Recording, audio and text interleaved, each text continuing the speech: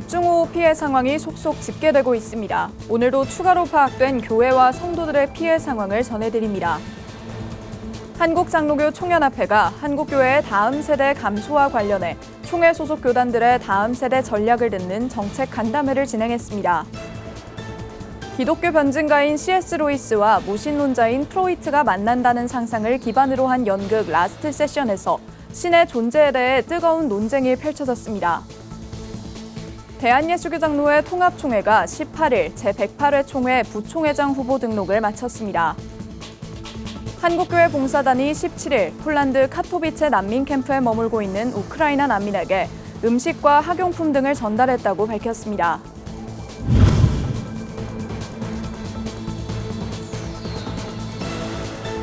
시청자 여러분 안녕하십니까? 구티비 뉴스입니다. 구티비 뉴스는 집중호우로 인한 교회와 성도들의 피해 상황을 계속해서 보도해드리고 있습니다.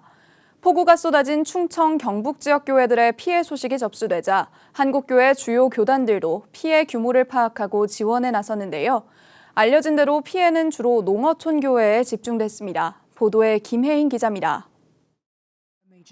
며칠 새 내린 기록적인 폭우로 충청, 경북, 전북에 피해가 집중됐습니다. 한국교회 주요 교단들은 즉각 피해 상황 집계에 나서고 있습니다. 교회 건물 피해는 열악한 농어촌 교회에 집중됐습니다. 기독교 대한감리회 소속 신성교회가 위치한 충북 괴산군 이담리는 괴산댐 원류 현상의 여파로 하루 만에 마을 전체가 완전히 수몰됐습니다.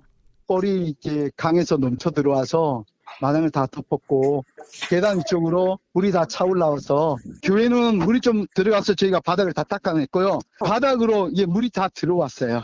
하루 만에 물이 다 뒤집고 우리 온 마을이 다 그래요 지금. 그냥 전체가 지금 폐허입니다. 경북 봉화교회는 노후된 건물 틈새로 빗물이 새 온 가족이 밤새도록 물을 퍼날랐지만 역부족이었습니다. 물벼락으로 사택에 들이닥친 빗물은 2층 예배당까지 흘러들어갔습니다.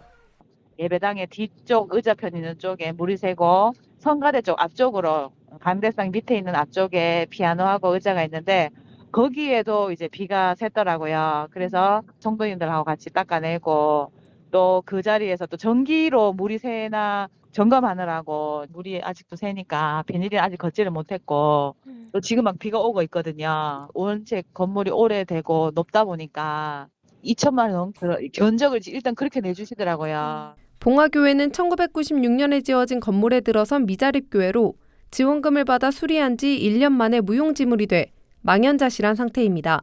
전북은 작물 피해 신고가 많습니다. 여기 지금 들판이 상당히 넓은 지역인데 한 1m 이상씩 다 침수가 돼가지고 논인지 들판인지 농로인지 길인지 축사인지 구분이 안 된 지역입니다. 지금은 어느 정도 물이 빠져가지고 지금 목 키가 지금 한 70cm 정도가 되는데 지금 현재 한 35cm 정도가 지금 물이 차 있거든요. 그때는 완전 여가 바다였거든요. 71살 동안 이렇게 비가 많이 와가지고 여가 침수된 적은 아마 제 생전이 처음인 것 같습니다. 예장통합은 경북 영주노회 소속 교회들로부터 산사태로 인한 토사 유출 피해를 전북 익산노회와 충북 충주노회로부터 농작물 비닐하우스 침수 피해를 보고받은 상태입니다. 대부분 교회 건물보다는 성도 개개인의 피해가 큽니다. 이 밖에 합동, 성결, 기아성 등 대표교단 등은 피해 집계를 종합해 지원 대책을 강구하겠다는 입장입니다.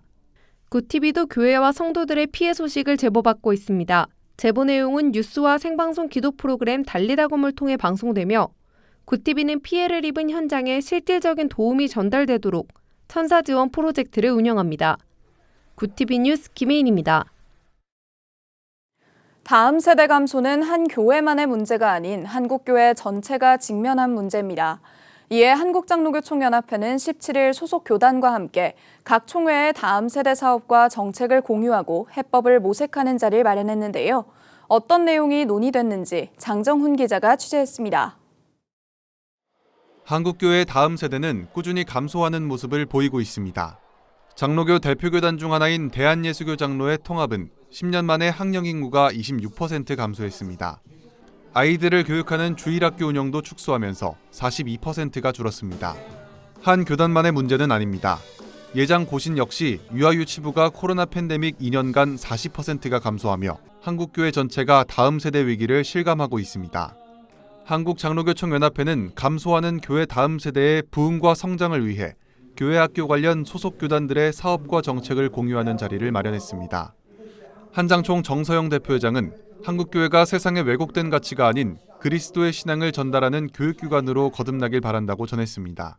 기독교적인 이런 마인드, 이런 생각, 이런 것들이 다음 세대에 자연스럽게 전해지고 다음 세대들이 이걸 학습하고 그래서 그 사람들이 또 그 다음 세대를 교육하고 이런 과정이 계속 이어져야 될 것으로 생각합니다.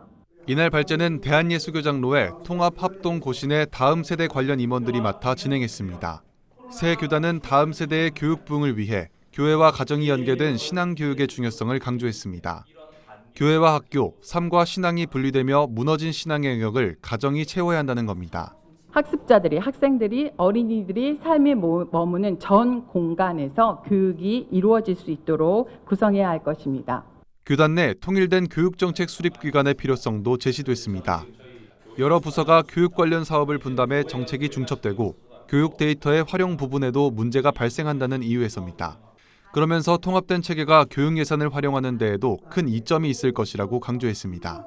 교육 예산도 결국은 통합적인 컨트롤 타워의 어떤 기관 안에서 효율적으로 분배되고 중첩되는 행사를 줄이고 어떤 업무를 분배해야 될 것인가가 굉장히 중요한 저희들의 이슈로 지금 남아 있는 것 같습니다. 한국장로교총연합회의 다음세대위원회는 조직된 이래 처음으로 교단 간의 정책 교류회를 진행했습니다. 한장총은 다음 세대 문제는 한 교단만의 문제가 아닌 한국교회 전체가 직면한 문제라며 앞으로도 교단 간 교류의 자리를 만들고 다음 세대 교육에 힘쓰는 장로회가 되겠다고 전했습니다. 구티비 뉴스 장정훈입니다. 기독교 변증가와 무신론자가 만나 신의 존재에 대해 토론한다면 어떨까요? 나니아 연대기의 작가 C.S. 루이스와 정신분석학자 지그문트 프로이트가 만나 신에 대한 논쟁을 펼친다는 상상을 연극 라스트 세션에서 그려냈습니다. 장세인 기자가 보도합니다.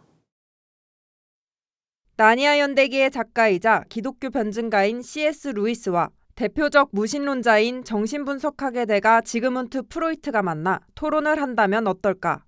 이 상상에서 출발한 연극 라스트 세션은 신은 존재하는가라는 질문에 치열하게 답을 찾아 나갑니다. 미국의 극작가 마크 세인트 저메인이 아먼드 M. 니콜라이가 쓴 책 루이스 대 프로이트에서 영감을 얻어 실제로 일어난 적 없는 두 사람의 만남을 2인극으로 그려냈습니다. 그건 말도 안 되지. 신이 어떻게 역사적으로 증명될 수 있단 말인가. 이 믿지 않기로 선택을 한다는 거야말로 오히려 신의 존재에 대한 더욱 강력한 증거가 될 수 있다. 왜냐하면 무언가를 부정하기 위해선 우선 그걸 인식해야 되니까요. 영국이 독일과 전면전을 선포하며 제2차 세계대전에 돌입한 1939년 신의 존재를 부정하는 프로이트와 신의 존재를 강조하는 루이스가 1시간이 넘는 뜨거운 토론을 이어나갑니다. 그리스도라는 사람이 있었다는 걸 반박할 생각은 없어. 내가 치료한 환자 중에서도 자기가 그리스도라고 주장하는 사람이 숱하게 있었는데 예수 가르침 중에 하나라도 현실적이게 있나요? 이웃을 내 몸처럼 사랑하라고? 히틀러에게 다른 쪽반도 내밀어야 되겠네. 종교가 이 세상을 유혈로 만들고 있어. 두 사람의 논쟁은 비기독교인들에게는 신의 존재에 대해 생각해볼 기회를 주고 기독교인들에게는 그리스도의 실존을 다시 한번 깨닫게 합니다. 그리스도의 존재 자체는 의심할 여지가 없습니다. 근데 사실 성경도 신화야. 인간 역사의 핵심에 있는 가장 위대한 신화지. 예수 그리스도가 실제로 우리와 함께 이 땅 위를 걸었다는 거죠. 그의 죽음은 신화를 진실로 바꾸며 그를 믿는 모든 이의 삶을 바꾼다고 전쟁이라는 배경 속에서 삶과 죽음, 인간이 가진 나약함과 공존의 필요성을 통해 하나님의 존재를 탐구하는 연극 라스트 세션. 공연은 오는 9월 10일까지 서울대학로 TOM 1관에서 진행됩니다. 구티비 뉴스 장세인입니다. 대한예수교장로회 통합총회가 18일 한국교회 100주년 기념관에서 제108회 부총회장 후보 등록을 진행했습니다. 목사 부총회장 후보로는 김영걸 포항 동부교회 목사가, 장로 부총회장 후보로는 윤택진 대전제일교회 장로가 각각 단독 등록했습니다. 총회 선거관리위원회 위원장인 이월식 장로는 2달 동안 공정한 선거, 깨끗한 선거를 위해 노력하겠다고 전했습니다. 후보 정견 발표는 8월 7일부터 권역별로 진행될 예정이며 예장통합 제108회 총회는 9월 19일부터 3일간 서울 명성교회에서 진행됩니다. 한국교회 봉사단이 17일 폴란드에 머물고 있는 우크라이나 난민을 돕는 사역을 펼쳤다고 밝혔습니다. 한교봉은 최근 이창배 선교사가 사역하고 있는 폴란드 카토비체 난민 캠프를 방문하고 음식과 의류, 학용품 등을 전달했습니다. 대학교 기숙사를 개조해 만든 카토비체 난민 캠프에는 어린이 200여 명과 어른 160여 명이 생활하고 있습니다. 김철훈 한교봉 사무총장은 봉사자들이 준비한 율동과 다양한 게임을 통해 피난 생활로 지쳐있던 어린아이들이 밝게 웃는 모습을 볼 수 있어 기뻤다고 소감을 전했습니다. 음악을 통해 복음을 전하는 행복 나눔 밴드가 진안군 메타세콰이어 길 음악회를 열었습니다. 진안군청 문화체육부 후원을 받아 진행된 이번 공연은 진안군의 임진왜란 당시 웅치전적 지역을 국가 사적으로 지정한 것을 기념해 열렸습니다. 최근 호우주의보로 인한 굳은 날씨에도 불구하고 지역 주민 250여 명이 함께하며 행사에 열기를 더했습니다. 우리 기독교 이미지가 또 여러 가지로 어려운 상태입니다. 그래서 그들에게 복음을 전할 수 있는 그런 계기가 직접적인 복음 전할 수도 있지만 이렇게 간접적인 복음을 통해서 사역을 통해서 그들에게 하나님의 선하심을 나타낼 수 있는 기회가 될 수 있기를 바랍니다. 이 밖에도 손 목사는 때를 얻든지 못 얻든지 전해야 된다는 믿음으로 나에게 주신 음악의 달란트를 통해 전도의 삶을 살고 있다고 말했습니다. 한편 행복 나눔 밴드는 진안과 전주 아중호수 등 여러 지역에서 버스킹을 통해 음악 선교에 앞장서고 있습니다. 케냐에서 예수를 만나려면 굶어 죽으라는 사이비 종교 지도자의 강요에 목숨을 잃은 교도가 400명을 넘어섰습니다. 현지 시간 17일 케냐 일간 더 스탠더드 보도에 따르면 지방도시 말란디의 기쁜 소식 국제교회 인근 샤카울라 숲에서 12구의 시신이 추가로 발견되며 사망자 수가 403명으로 늘었습니다. 수사관들이 지난 4월 13일 첫 시신을 발견한 이후 숲에서는 매일 새로운 무덤이 발견되고 있어 희생자는 더욱 늘어날 것으로 보입니다. 택시 운전사 출신의 지도자 폴 은텐게 맥켄지는 4월 중순부터 교도들을 강제로 아사하게 한 혐의로 경찰에 구금돼 조사를 받고 있습니다. 케냐 정부는 맥켄지가 테러 및 집단 학살 혐의로 재판을 받을 것이라고 전했습니다.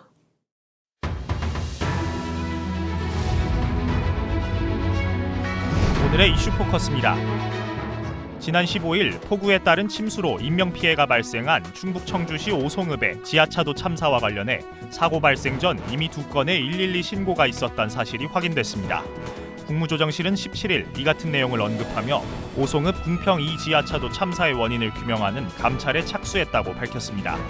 국무조정실에 따르면 사고 발생 시간보다 2시간 가까이 빠른 사고 당일 오전 7시 2분과 7시 58분에 이미 오송읍 주민 긴급 대피와 궁평 지하차도 긴급 통제를 요청하는 112 신고가 접수됐습니다.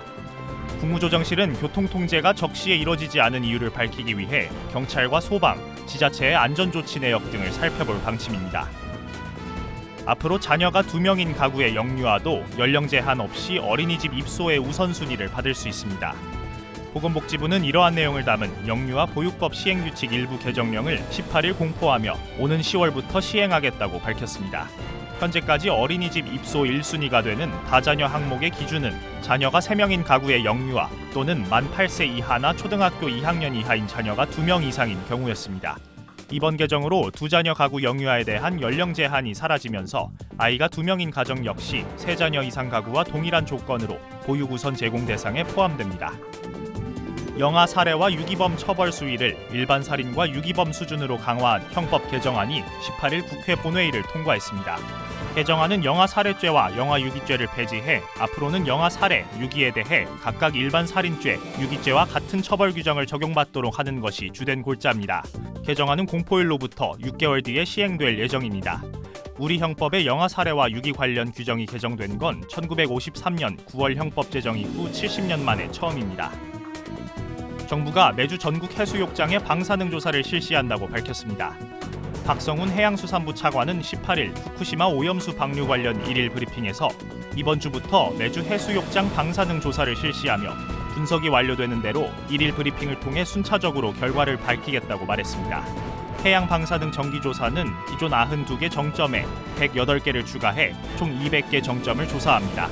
추가된 108개 정점은 연안 75개, 원근해 33개로 구성되며 연안의 경우 서남해역과 남서해역, 남중해역과 남동해역, 또 제주해역 등 5개 권역으로 구분해 매월 10일마다 조사를 실시합니다. 구TV 뉴스 권현석입니다.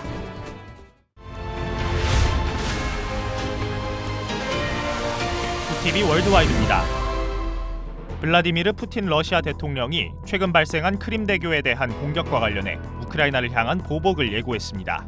푸틴 대통령은 크림대교 공격이 일어난 현지 시간 17일 정부 대책회의를 열고 크림대교를 목표로 또다시 테러 행위가 자행돼 교량도로가 심하게 손상됐다며 러시아의 대응이 있을 것이라고 말했습니다. 러시아 당국은 이날 우크라이나 특수기관의 수중 드론 공격으로 2명이 숨지고 어린이 1명이 다쳤다고 밝히며 이번 사건을 테러 공격으로 규정했습니다. 반면 우크라이나 측은 이번 공격의 책임을 부인했습니다.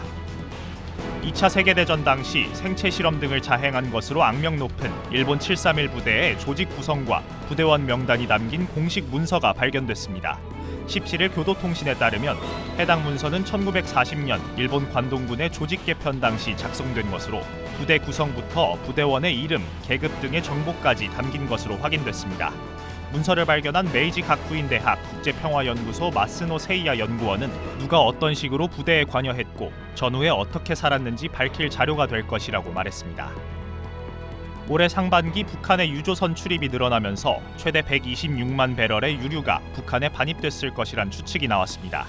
현지 시간 18일 미국의 소리 VOA는 최근 북한의 위성 사진을 분석한 결과 지난 5개월간 북한의 남포 유류 항구에 42척의 유조선이 출입한 것으로 추정된다고 밝혔습니다.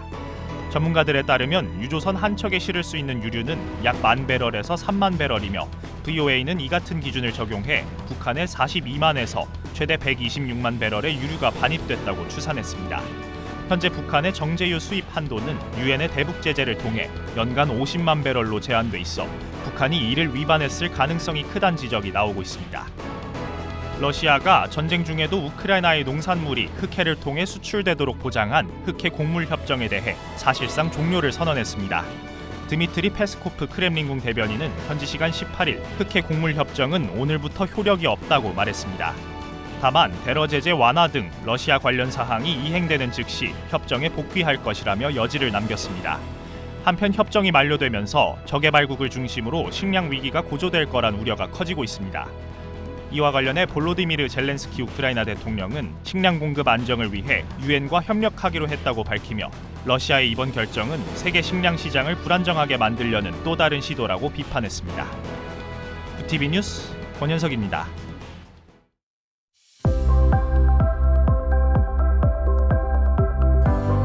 여전히 강한 비구름이 곳곳에 영향을 주고 있습니다. 수도권의 비는 대부분 잦아들었지만 남부지방에는 내일 밤까지 비 소식이 있는데요. 내일이 지나고 비는 주 후반까지 잠시 소강 상태를 보이겠습니다. 한편 내일부터 정체전선이 남하하며 낮 기온은 점차 오르겠습니다.